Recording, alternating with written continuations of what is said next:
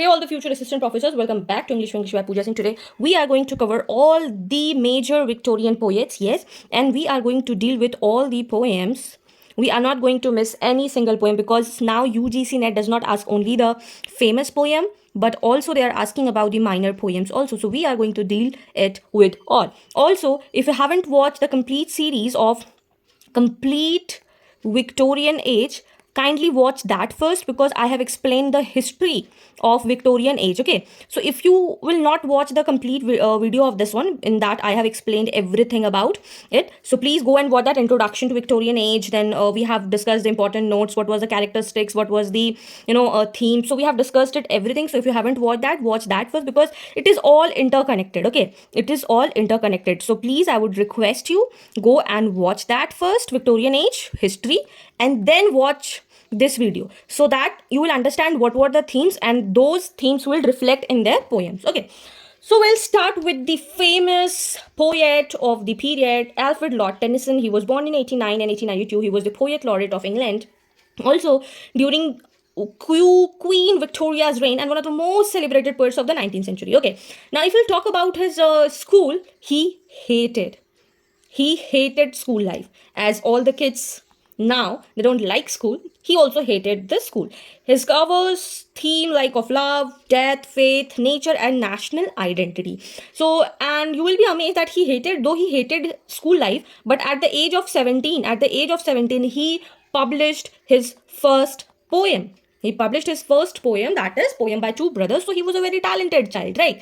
And then also, he got a Chancellor Gold Medal for his work Timbuktu. So these are the things that you have to keep in mind while studying him. Okay, now we are going to deal with the major poetry collections and the long works. So I have divided into early works, later works, and the important works. Okay, so now first we'll start with the early works. So poems, chiefly lyrical, 1830, and these are the works in it. Then Mariana. If you talk about the Mariana, it continues the, and yes, please sit with your copy and notebook and pen so that whatever I'm telling you, you keep writing in here, because I cannot write everything or I cannot make the whole PDF, but I can speak a lot of things.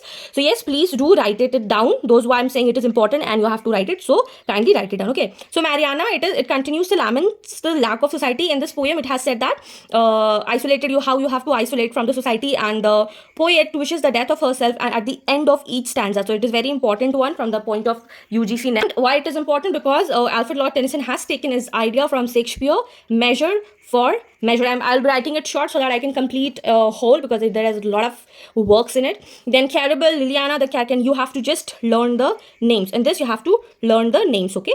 Then in poem 1833, revised in 1842.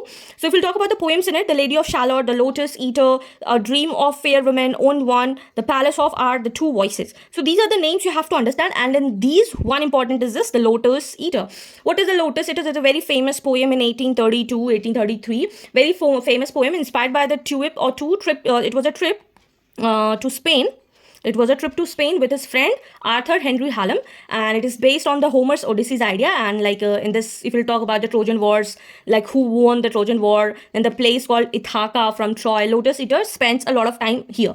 So this is one of the famous work of this, and in this, everybody is thinking that how Tennyson is beautifully describing the land, that the land where every time, wherever afternoon changed it or unchanged it all season. Okay, and why man toil or hard work are having those fruits or flowers. So that what it's kind of a monologue. Okay, now we are moving to the mature works. His Alfred Lord Tennyson's mature works, his speak. So poems 1842, that was in 2 volumes. Final revised forms of earlier poems include Morte d'Arthur, later part of the Adults of the King, Locksley Hall, Ulysses, Tithonus, Break, Break, Break. So if we talk about Ulysses again, again it is very important. It is a dramatic monologue. It is a dramatic monologue.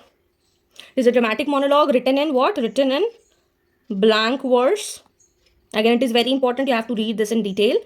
So it is written in blank verse, and in this he says he cannot take rest himself and cannot resist himself from traveling. Okay, so this is the important thing that you have to talk about. Then if you talk about the next, so if you talk about the next, it is in the important lines. There are some important lines that you have to understand. Here in this Ulysses, it is written, I am become a name. So it is very important. Kindly write it down in a copy. Then follow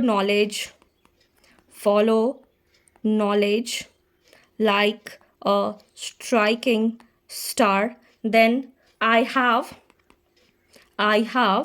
part of all that I have met. Okay, so this is a very important thing that you have to understand. Then The Princess, it is a narrative poem in blank words written, famous for songs like Sweet and Low Tears, Idle Tears, The Splendor Falls on Castle Wall. So you have to remember the name, that because this is very important, you have to write it down. Then it is A.H.H means Arthur Henry Hallam, and the original title was A Way of the Soul. Okay, A Way of the Soul. So, and the famous line, it's better to have loved and lost than never had to have loved at all. So this is very important one, and it conclude the epilogue where he concludes happy marriage songs on the occasion of the marriage of his sister Cecilia.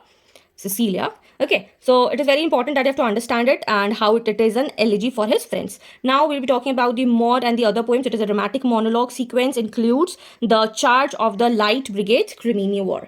Now we'll talk about the Idylls of the Kings 1859-1855, published in parts. So retelling of Arthurian legends in the poetic form. Key sections are Enved, Vivian, Alien, Guinevere, the Holy Grail, Peleus, the Passing of Arthur, and these all will come in your match of the following. There will be one poem and there will be one section that you have to understand it. So please kindly learn all the names, at least go through it for like 1 to 2 times. Okay. Now later works, we will talk about the later works. Enoch Arden and other poems. Enoch Arden, narrative poem of love and sacrifice, Almayo's Field. And then the Holy Grail and the other poems like 1870 include expansions of ideals, Greth and Gannet, parts of the Idylls of the King. So these are the very important that you have to understand it, and you have to understand why it is important, because these are written in the later works and very peak ones. Then the ballads and the other poems 1880, the Revenge and the Ribzap. You not have seen these detailed work explaining each and every work, because it is very sorry, it is very important. Okay.